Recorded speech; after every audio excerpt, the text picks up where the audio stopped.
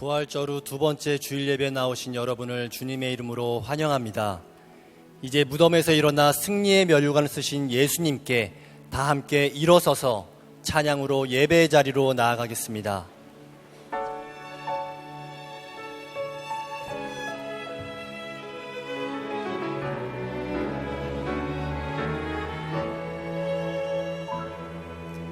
예수 우리 왕이여 이곳에 오셔서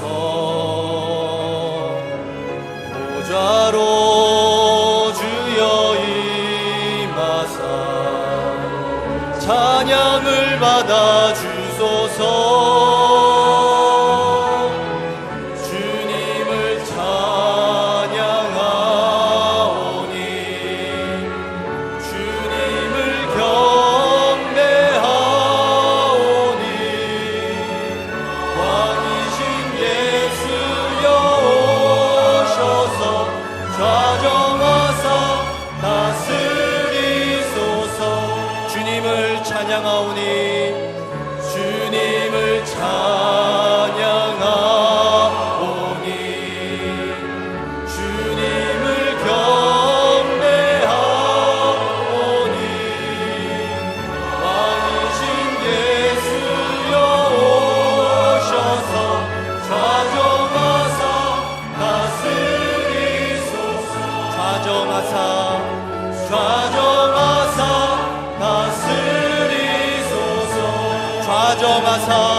좌정하사 다스리소서.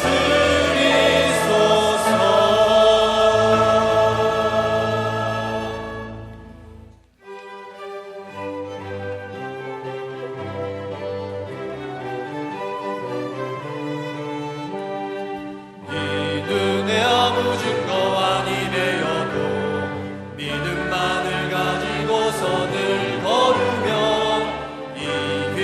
아무 소리 아니 들려도 하나님의 약속 위에 서리라.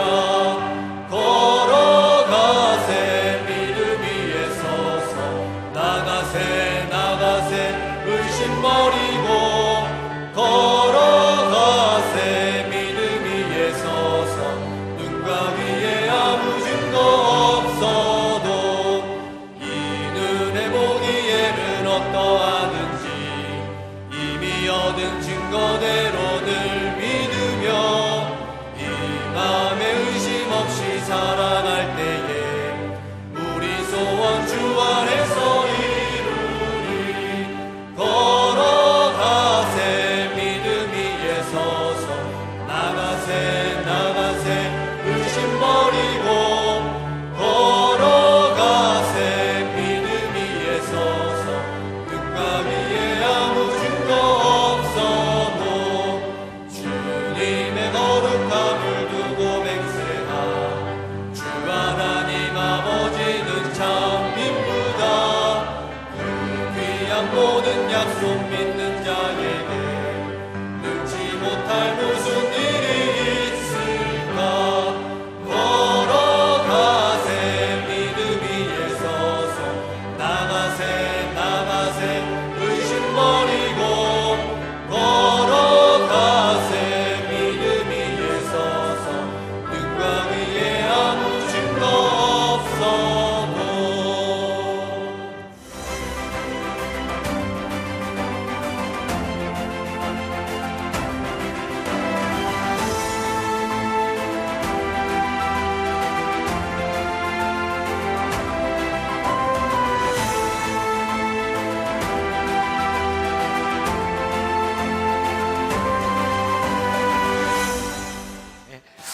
계속해서 예수님의 제자들을 통해서 예수님을 만난 사람, 또 예수님은 어떤 분이신가 말씀을 나누고 있습니다. 오늘은 예수님의 제자 중에 하나였던 바돌로메, 제목은 순전한 마음을 가진 사람입니다. 우리가 읽은 본문 말씀에 보면 나다나엘이라고 하는 사람이 나오고 있습니다. 마태, 마가, 누가, 요한복음 4복음서 중에 마태, 마가, 누가, 요한복음에는 바돌로메라고 이름이 나오고 있고, 우리가 오늘 읽은 요한복음에만 나다나엘이라고 나오고 있습니다. 아마도 두 사람이 동일 인물이었을 것입니다. 두 사람은 늘 빌립과 함께 짝을 지어 나오고 있고요. 성서학자들이 이야기하기를 예수님의 제자가 13이 아니라 12이라면 틀림없이 바돌로메는 나다나엘과 동일 인물일 것이다 라고 말을 하죠. 이 바돌로메라고 하는 말의 뜻은 돌마이의 아들, 이런 뜻을 가지고 있습니다. 그러니까 바돌로메라고 하는 이름이 별명일 수도 있어요. 돌마이라고 하는 사람의 아들이다. 나다나엘이 본명일 수 있고요. 아니면 바돌로메가 본명인데 예수님께서 나다나엘이라 이름을 붙여주셨을 수도 있습니다. 분명한 것은 둘이 동일 인물이라는 것입니다. 여러분들이 이 부분을 잘 기억하셔야 성경을 보는데 차질이 없을 것 같아요. 계속 예수님의 제자들에 대한 말씀을 나누면서 예수님께서는 이름에 아주 중요한 가치를 두고 있거나 또 이름을 지어주시는 분이다라고 하는 것을 보게 됩니다. 이름값을 한다. 그래서 예수님이 이름을 지어주시는 순간 이름에 합당한 삶을 살아간다, 이런 말일 수도 있을 것 같아요. 올 초에 조선일보에 이어령 씨의 인터뷰 기사가 굉장히 길게 실렸던 적이 있습니다. 문화부 장관으로 있었던 시절 본인이 가장 잘한 일 중에 하나가 이름을 지어준 것이라고 이야기합니다. 예를 들어서 노변이라고 하는 말을 갓길로 처음 쓰게 된 게 이어령 장관 때부터라는 것을 저도 처음 알았습니다. 이름을 새로 지어준다는 것은 굉장히 중요한 의미를 가지고 있는 것 같아요. 제가 오늘 이 시간에 또 여러분들에게 좀 알려드려야 될 것이 있는데 혹시라도 오해가 되지 않도록, 지난주에 제가 어떤 분으로부터 제가 좀 황당한 이야기를 듣게 됐어요. 지금 이제 총선을 앞에 두고 여러 정당들이 생겨났는데 그 중에 기독정의당이라고 하는 단체가 생겨났습니다. 근데 저도 모르는 사이에 제 이름과 제 사진이 거기에 들어가서 제 이름이 들어간 채로 사람들을 초청하는 그런 광고와 기사들이 나오게 되었어요. 제 정식으로 항의를 하려고 합니다. 물론 기독정의당이라고 하는 단체를 제가 반대하는 것은 아닙니다. 그러나 제가 만나교회 목회를 하면서 지켜야 되는 가치들이 있습니다. 뭐냐면 교회는 정치하는 곳이 아니고 목사도 정치하는 사람이 아니라는 것입니다. 그래서 저희는 지금 총선을 앞에 두고 많은 분들이 여기에 찾아오지만 교인들에게 인사를 시키거나 하지 않습니다. 왜? 여러분들에게는 다른 정당을 지지하는 많은 자유로운 생각을 가지고 있는 분들입니다. 우리가 여기에 모인 것은 하나님을 예배하기 위해 모였기 때문입니다. 그래서 혹시라도 그런 이야기들이, 제가 어떤 정당에 들어갔다든지 하는 이야기들에 여러분들이 현혹되지 않으시기를 바라옵나이다. 네, 꼭 저는 그런 데 관심이 없는 사람이에요. 자, 내 이름이 어디 있는가라고 하는 것은 이름만 있는 것이 아니라 내가 그곳에 있다고 하는 가치입니다. 여러분들의 이름이 있는 것, 오늘 제자들의 이름이 있는 것, 그것은 그 사람이 누구인가를 보여주는 거죠. 자, 나다나엘, 그는 어떤 사람이었을까요? 오늘 본문 말씀을 통해서 우리들이 발견하게 되는 것 중에 하나는, 나다나엘은 본래 예수님에 대한 잘못된 지식을 가지고 있었던 것 같아요. 그런데 나다나엘이 예수님께 아주 놀라운 칭찬을 듣습니다. 47절에 보니까 예수께서 나다나엘이 자기에게 오는 것을 보시고 그를 가리켜 이르시되, 보라, 이는 참으로 이스라엘 사람이라 그 속에 간사한 것이 없도다. 기가 막힌 칭찬이거든요. 참 이스라엘 사람이고 그 속에 간사한 것이 없다. 영어 성경에 보면 간사한 것이 없다라고 하는 게 nothing false라고 되어 있습니다. 거짓이 없다. 저도 개인적으로 사람이 참 신실해야 된다고 생각해요. 거짓이 없어야 된다고 생각해요. 요즘 우리나라에 진실한 사람이 참 많이 쓰이고 있죠. 친박, 진박, 친노, 비노 이런 것들이 많이 쓰이고 있어요. 근데 우리들이 진실함에 대하여 우리들이 좀 착각하고 있는 것 같아요. 진실함이라고 하는 것은요, 누구 편에 서 있는 것이 진실함이 아닙니다. 사실은 내가 옳은 편에 서 있느냐에 대한 문제이지 누구 편이 진실한 것은 아닙니다. 또한 진실하다고 하는 것이요, 내가 옳은 것을 끝까지 주장한다고 해서 진실해지는 것은 아닙니다. 왜냐하면 우리의 옳음이라고 하는 것도 굉장히 주관적이기 때문입니다. 예수님께서 이 나다나엘을 보면서 네가 신실하다라고 하셨을 때 어떤 면을 보셨을까요? 적어도 나다나엘은 예수님이 누구신지는 알지 못했지만 그는 삶이 이중성이 없는 사람이었던 것 같아요. 예수님이 그것을 굉장히 귀하게 보셨어요. 우리는 주변에서 목적을 이루기 위하여 수단 방법을 가리지 않는 사람들을 참 많이 봅니다. 요즘 이 시대가 불행한 거죠. 우리가 흔히 성공했다라고 이야기하는 사람들 가운데 보면 그들이 이루어 놓은 것을 보고 이야기하지만 사실은 성공한 사람이 아니라 비열한 사람일 수도 있습니다. 오늘날 교회가 하나님의 일을 한다고 하면서 왜 욕을 먹을까요? 우리는 이런 생각을 하는 것 같아요. 하나님의 일을 위하여, 하나님의 영광을 위하여 우리들 수단 방법을 가리지 말자는 거예요. 그런데 하나님은 그 수단과 방법을 더 중요하게 보시는 것 같아요. 우리가 어떻게 하나님의 일을 하는데 하나님의 방법이 아닌 다른 방법을 가지고 우리들이 할 수 있는 것입니까? 하나님의 방법과 수단대로 살아가겠다고 하는 믿음의 방식이 우리들에게서 드러나지 않는다면 우리가 하는 열심들이 굉장히 수치스러운 일이 될 수 있을지도 몰라요. 우리들은 종종 이런 기도를 하지 않나요? 하나님, 요번 일만 잘 되게 해주시면. 그 말 가운데는 내가 하고 있는 요번 일이 조금 잘못된 것인 줄을 압니다. 그런데 주님, 제가 요번 일만 잘 되면 제가 뜻대로 살게요. 그래서 그 일이 잘 됐다고 칩시다. 우리는 또 이렇게 기도할 거예요. 역시 하나님은 살아계셔 내 기도를 들어주셨어. 이렇게 기뻐하는 우리를 보며 사단이 웃고 있을 것 같다는 생각이 들지 않습니까? 이번 일만 잘 되면 수단과 방법을 가리지 않는 일들이 정말 하나님의 일이겠는가? 그것을 우리들이 바라보며 신실하다고 말할 수 있겠는가? 성경을 보면 참 흥미로운 것을 발견하게 됩니다. 우리가 이전에 배웠던 마태와 같은 경우는 세리로 있던 사람을 하나님께서 부르셔서 사용하십니다. 근데 오늘은 아주 신실한 사람 바돌롬의 나다나엘을 불러서 씻습니다. 결국 우리들이 지금 신실하냐 신실하지 않느냐, 지금 현재를 가지고 우리들이 판단할 수는 없습니다. 신실하지 못한 우리도 하나님이 쓰실 수 있습니다. 바꾸실 수 있는 분입니다. 그러나 저는 참 귀하게 생각하는 것이 우리들이 신실함으로 살아갈 때 하나님이 기꺼이 우리를 쓰실 수 있는 사람이 된다는 거예요. 나다나엘을 바라보며 우리의 신실함, 그의 성품이 참 중요하다 뿐만 아니라 나다나엘에게는 영적 진리를 향한 갈급함이 있었던 것 같아요. 45절, 빌립이 나다나엘을 찾아 이르되 모세가 율법에 기록하였고 여기 선지자가 기록한 그 일을 우리가 만났으니 요셉의 아들 나사렛 예수라.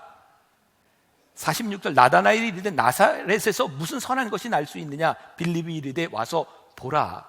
자, 빌립과 나다나엘 바돌로메는 아주 친한 친구였던 것 같아요. 근데 빌립이 예수님을 먼저 만나고 난 후에 막 벅찬 가슴을 가지고 친한 친구에게 와서 예수님한테 가자는 거예요.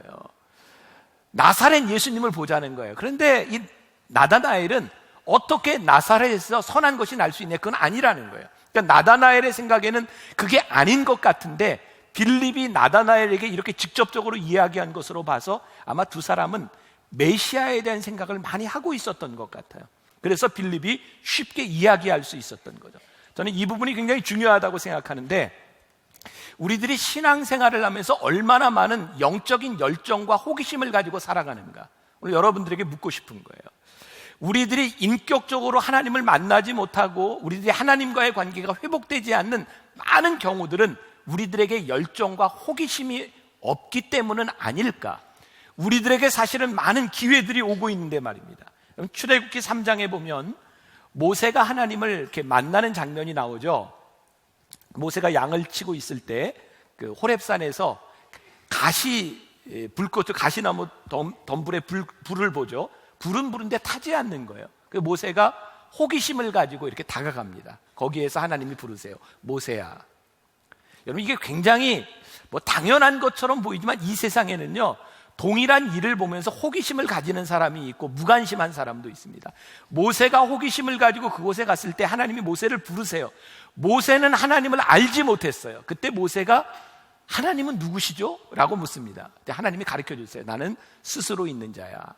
여러분, 우리의 믿음은요, 내가 하나님을 알기 때문에 자라나는 것이 아니라 나를 알고 계시는 하나님 앞에 우리들이 무릎을 꿇고 하나님 앞에 나아가 물을 때라는 생각이 들어요.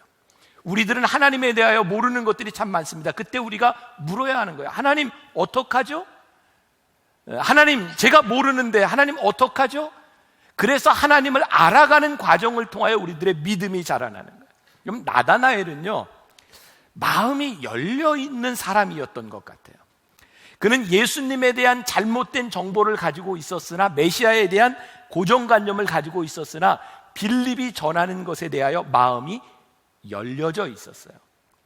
저는 이제 30년 목회를 하면서 제일 힘든 사람이 누구냐면 자기를 표현하지 않는 사람처럼 힘든 사람이 없어요. 그래서 여기 분당 지역에 있는 교회들을 통해서 흔히 하는 말로 교인들의 천국, 목회자의 무덤 이런 이야기를 해요. 왜냐하면 분당에 있는 교인들은요, 대개 분당에 있는 교회 교인들이 굉장히 나이스하대요. 그래서 교회에서 무슨 일이 있거나 시끄러운 일이 있으면 싸우지 않는데요. 그리고 조용히 다른 교회로 가요. 그러니까 시끄러운 일이 있으면 그냥 조용히 다른 교회 가서 그 사람이 앉아 있어요. 자, 목회하면서 정말 힘들고 무서운 사람들이 자기를 표현하지 않는 사람들이라는 생각이 들었어요. 어쩌면 우리 교회가 이렇게 조용하다, 이것으로서 우리들이 이렇게 만족할 수 있는 것이 아니라 우리들이 믿음의 공동체고 인격적인 공동체라면 우리들 서로 간에 만족스럽지 못한 일들을 우리들이 이야기할 수 있어야 하지 않을까. 조용한 것만이 다가 아니라 우리들 속에 있는 부정적인 것도 우리들이 이야기할 수 있을 때 진정한 공동체로 나아갈 수 있는 것이 아닐까. 그래서 혹시 여러분들 중에 나는 아주 신사적인 사람이라 불만 얘기 안 해, 그냥 내가 가지 뭐, 이건 여러분들의 관계를 파괴하는 일이 될 수도 있다고 생각해요. 제가 만나교회 담임 목사가 되고 나서 제가 지켰던, 저는 잘한 일 중에 하나라고 생각해요. 교회 공적인 인터넷 게시판을 열어놓고 제가 담당자들에게 그런 이야기를 했어요. 누가 어떤 글을 쓰든지, 특별히 교회에 대한 비난이나 담임 목사에 대한 비난 글이 올라온다면 절대로 삭제하지 말고 그대로 두십시오.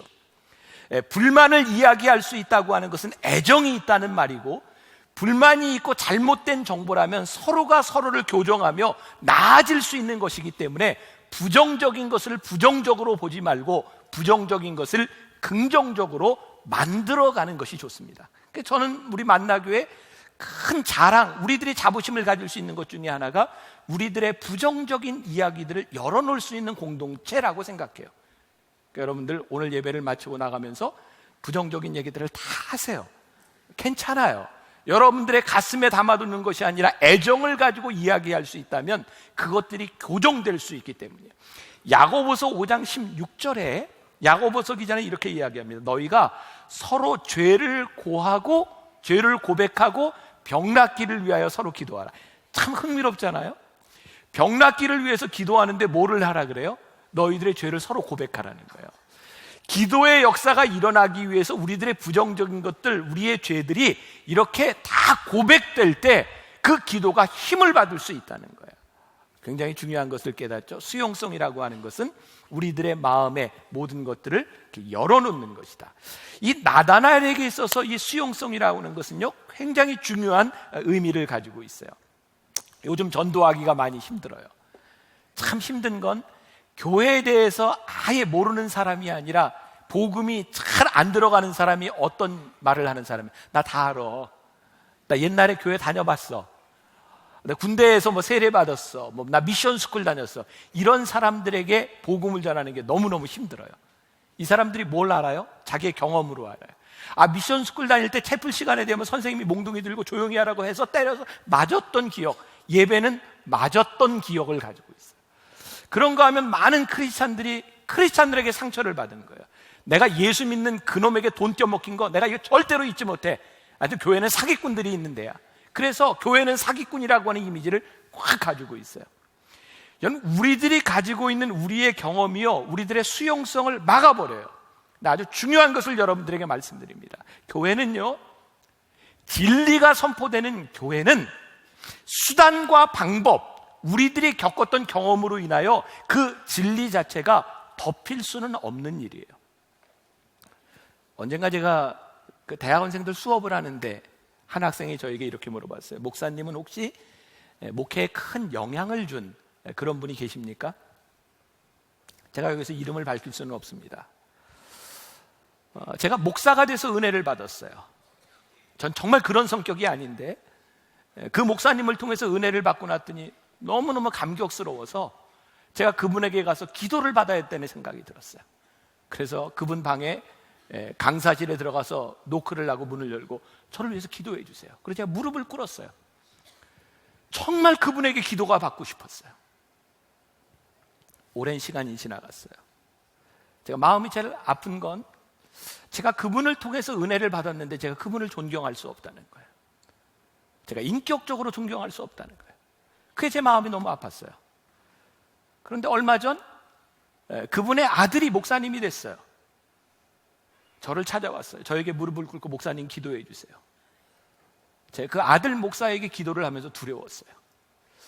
내가 존경했던 목사님에게 기도를 받으며 내가 그분을 존경할 수 없는 것이 너무너무 마음 아팠는데 저에게 기도해달라고 하는 이 목사에게 나는 몇 년 후에 어떤 목사가 되어 있을까? 그게 저에게 굉장히 두려웠어요.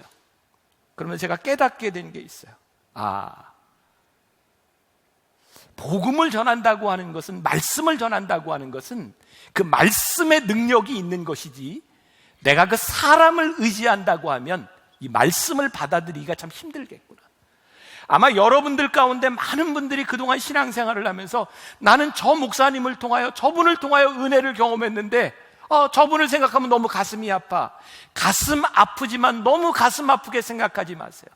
하나님의 말씀과 진리는 사람의 수단과 방법과 인격보다 더 본질적인 것이기 때문에 그 수단과 방법으로 인하여 하나님의 말씀이 침해를 받을 수 있는 것은 아니에요.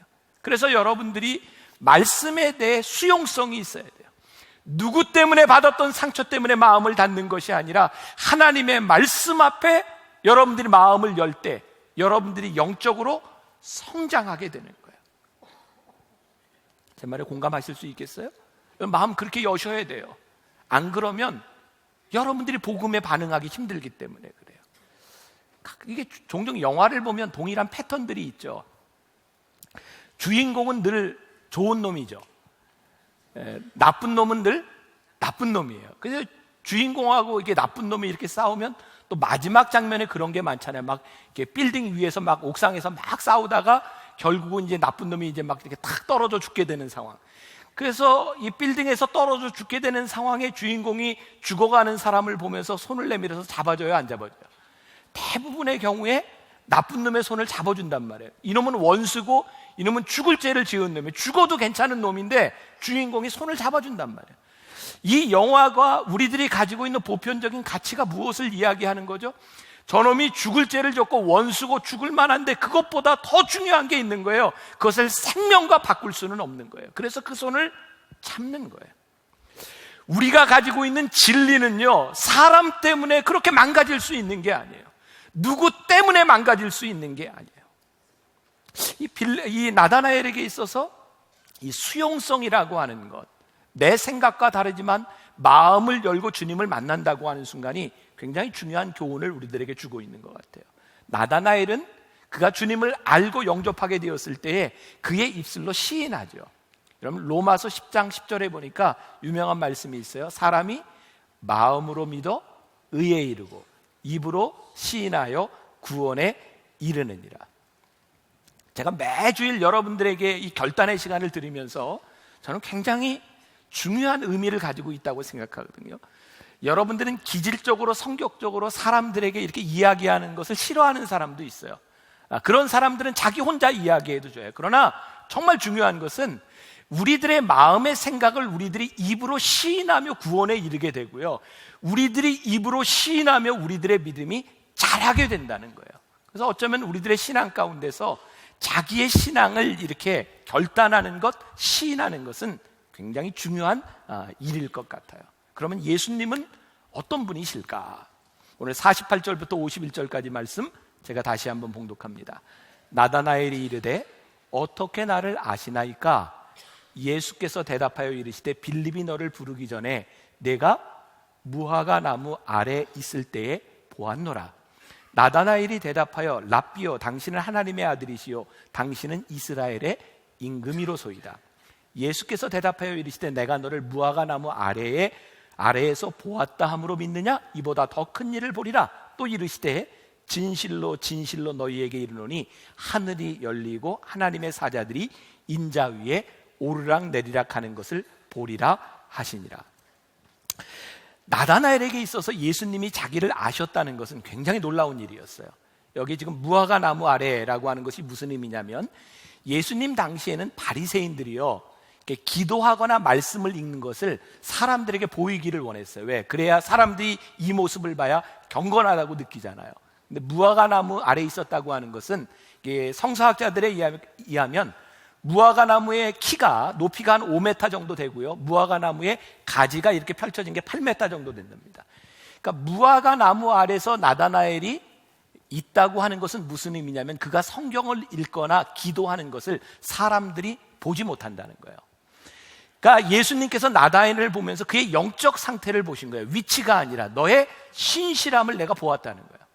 여러분, 예수님께서 나다나엘이 무화과나무 아래에 있는 것을 보았다라고 하는 말을 들었을 때 나다나엘의 느낌이 어떤 느낌이었을까요? 여러분들이 어제 저녁 몇 시에 있었던 그 모습을 하나님께서 보셨다, 이것이 여러분들에게 어떤 느낌일까요? 아마 두 가지일 것 같아요. 하나는 내 부끄러움, 치부가 드러나는 것으로 인하여 부끄럽습니다. 또 하나는 어떤 분에게는 내가 그 억울한 일을 당하는 상황 가운데서 하나님이 나를 아신다고 하는 것이 나에게 위로가 됩니다. 부끄러움이 될 수가 있고 위로가 될 수도 있을 것 같아요. 중요한 것은요, 하나님이 우리를 아신다는 거예요. 우리의 중심을 하나님이 아신다는 거예요. 여러분, 예수님을 만나서 자기를 깨달은 사람들의 대부분의 반응이 뭔지 아세요? 예수님을 만나고 났더니 내가 자랑할 것이 없는 거예요. 부끄러움 가운데 주님을 주로 고백합니다.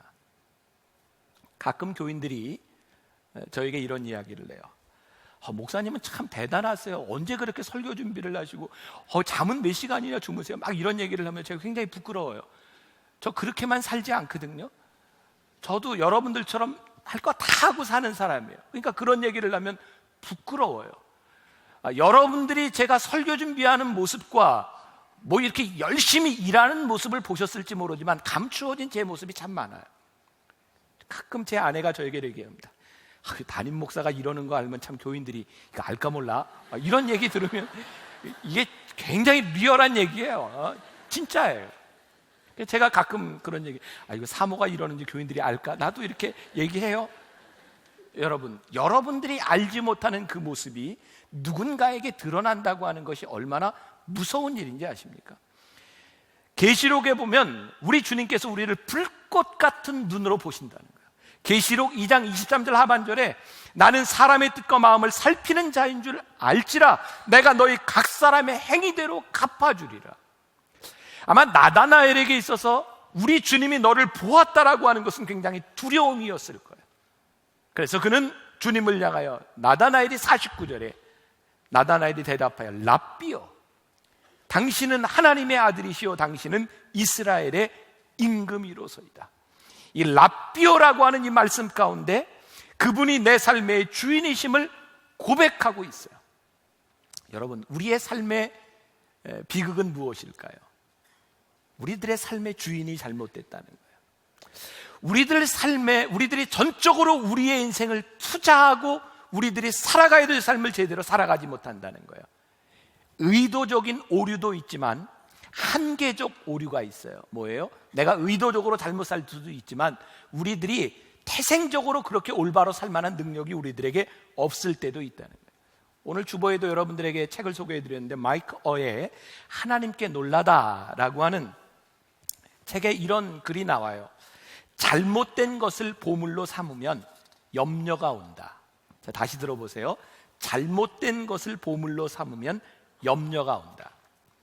여러분, 하나님께서 우리를 부르신 이유는요, 잘 기억하셔야 합니다. 여러분들을 행복하게 살라고 부르신 것이 아니에요.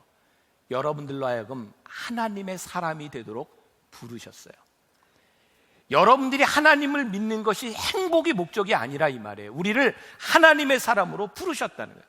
예수님께서 우리들에게 염려하지 말라고 말씀하세요. 그러면서 뭐라고 말씀하시냐면 하늘의 새를 보아라, 들의 백합화를 보아라. 그들이 염려하지 않는다는 거예요. 그런데 너희들은 왜 염려하느냐? 왜? 우리는 지속될 수 없는 것을 우리의 인생의 보물과 주로 삼기 때문에 염려할 수밖에 없는 거죠.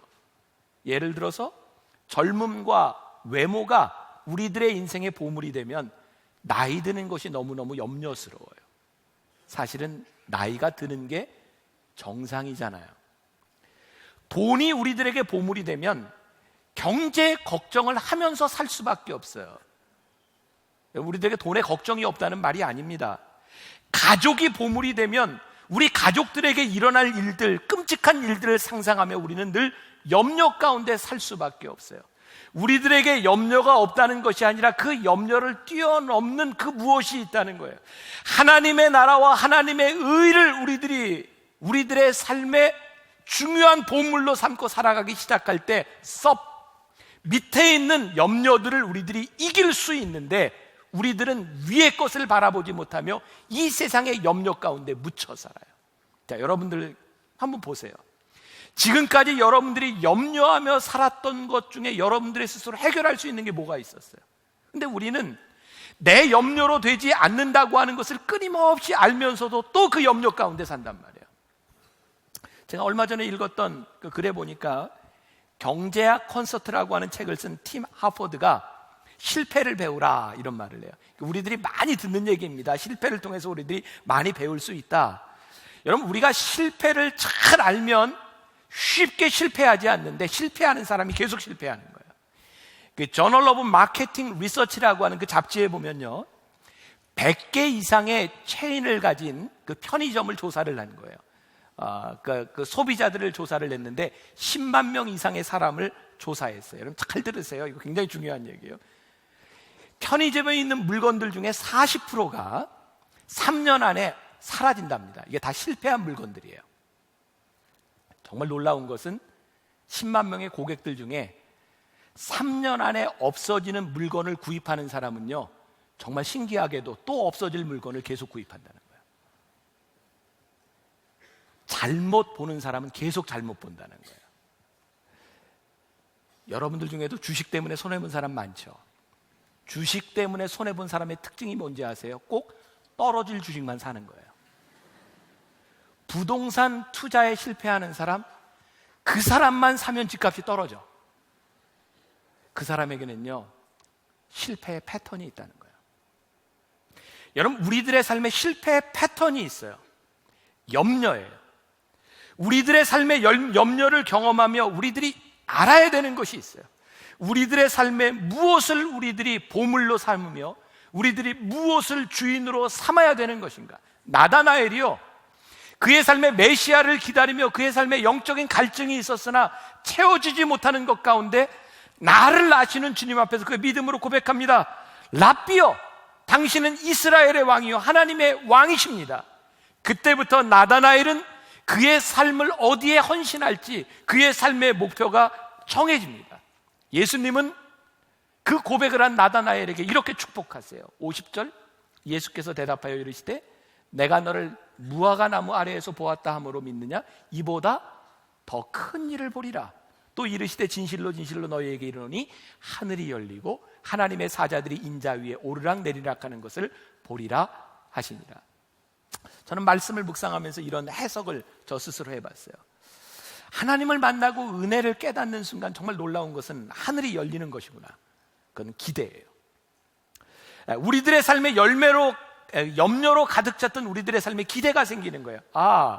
하나님께서 나에게 행하실 일, 하늘문이 열리는 것에 대한 기대가 우리들에게 생겨요. 여러분들의 책을 하나 더 소개합니다. 이번 주에 읽었던 책 중에 최고의 베스트예요. J.D. 그리어가 쓴 담장을 넘는 크리스천, 한번 보시면 좋겠어요. 거기 이런 말이 나옵니다. 구원받은 모든 사람들은 구원받지 못한 모든 사람들에게 빚진 자이다. 구원받은 사람은 구원받지 못한 모든 사람들에게 빚진 자이다. 사도 바울은 자기 자신을 하나님의 은혜를 경험하고 난 후에 나는 빚진 자다, 이런 표현을 자주 쓰죠. 빚을 지잖아요. 누구에게 빚을 지면 그 다음부터 자기가 버는 돈은 자기가 마음대로 쓰지 못해요. 채권자에 의해서 먼저 돈을 갚아야 할지 내 것이 아니에요. 사도 바울이 깨달았던 게 뭔지 아세요? 내가 하나님의 은혜를 깨닫고 내가 주님을 주로 고백하고 난 후에 내 삶이 내 것이 아니구나. 그런데 놀라운 일은요, 하늘문을 열리고 내 삶이 내 것이 아니라고 고백을 했는데 영광스러운 일을 보게 될 것이라는 거예요. 내 삶이 영광스럽게 바뀔 것이라는 거예요. 제가 올해 들어서 만나교회 사역을 시작한 지 18년 만에 처음 안식년이라는 걸 갔습니다. 근데 안식년인데 제가 주일을 지키면서 안식년을 지나고 있습니다. 주중에는 제가 안식해요. 그리고 주중에는 제가 꼭 이렇게 주일을 지킵니다. 제가 옵니다. 주중에는 어디가 있는지 몰라요. 근데 주일 제가 꼭 와요. 오는데 제가 이번 주간에 안식년을 지나며 이 말씀을 보면서 나는 18년 동안 내가 열심히 일했으니까 내가 안식년을 이렇게 갖는 것이 나에게 당연한 권리라고 생각했어요. 근데 하나님께서 저에게 그 마음을 이렇게 허락하시지 않는 거예요. 어쩌면 제가 쉬는 시간을 가졌기 때문에 이런 마음을 또 갖게 됐는지 모르겠어요. 어쩌면 안식이라고 하는 게 저에게 필요한지 모르겠어요. 근데 제가 너무나 당연하게 생각했던 그건 아닌 것 같아요. 내가 빚진 자의 마음을 자꾸 잊어버리고 있구나. 하나님께서 여러분들을 부르셔서 내가 너로 하여금 하늘 문이 열리고 영광스러운 것을 보게 하시겠다라고 말씀하신 것은 우리들이 누려야 될 것을 말씀하시는 것이 아니라 우리들이 빚진 자의 마음을 끝까지 갈 수 있을 때 우리들의 삶이 영광스러울 것 같아요. 이 바돌롬의 나다나엘은 AD 44년에 아르메니아에서 칼에 베어 죽음을 당하고 그리고 자루에 넣어서 바다에 던지움을 받습니다. 그는 순교합니다. 저는 이 바돌로메의 이 죽음을 저는 영광스러운 죽음이라고 생각해요. 그는 실패한 사람이 아닙니다. 그는 전 인생을 주님께 걸었고요. 그는 영광스러운 삶을 살다가 영광스러운 죽음을 맞이합니다. 저 오늘 아침에 우리 교회 이제 의사 선생님 만나서 저 건강에 대한 그런 이렇게 상담도 했어요. 우리들 건강을 지키는 거 굉장히 중요합니다. 그러나 우리의 인생이 건강을 지키며 살아가는 건 아니잖아요.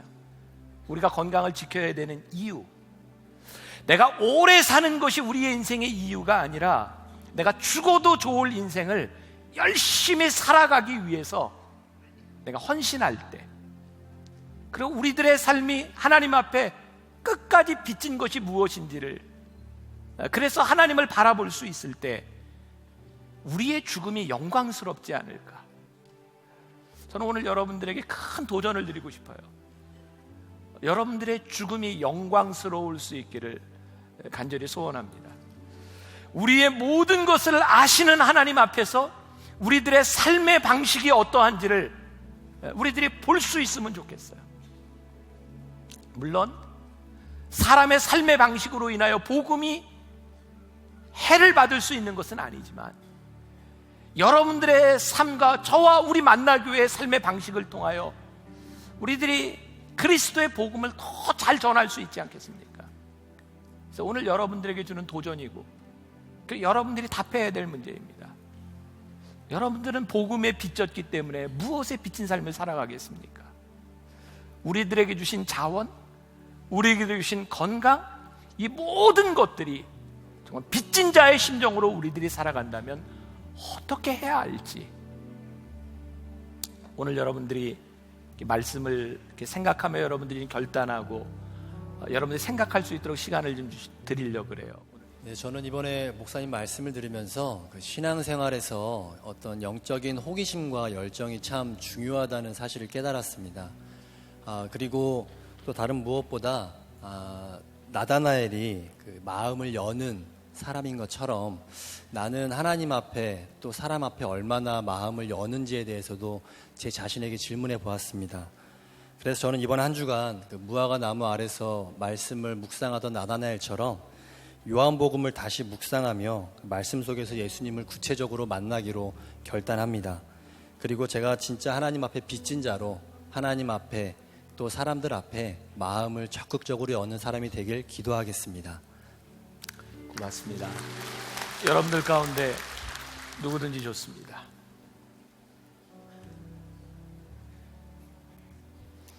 자, 조금 시간을 드릴 수 있도록 우리 민영 목장님 준비되셨어요? 네, 당황하지 마시고.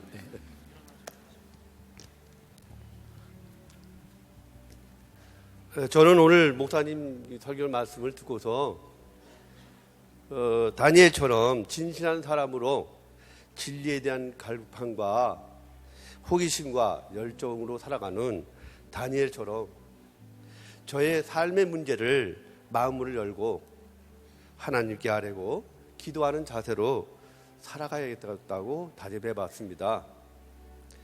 예수님께서는 하나님을 나라를 구하고 하나님의 나라의 방식대로 살아갈 때에 부수한물로 얻는 안정과 공급이라고 말씀하셨습니다. 저의 삶이 늘 하나님께 드러나 있고 그 드러나는 사실을 깨닫고 살아갈 때에 그 나의 삶 속에 일어나는 기대감을 갖고 살아갈 수 있도록 주님과 동행하는 삶을 살아갈 수 있도록 좋은 마음의 밭을 만들어가고 부르심에 합당한 그릇과 마음을 가져서 주의 나라가 확장될 수 있도록 협력하고 봉사한 마음으로 살아가겠다고 다짐해 봤습니다. 감사합니다. 네, 고맙습니다. 우리 한 분만 누구 원하는 분? 네, 저기, 네, 저쪽에.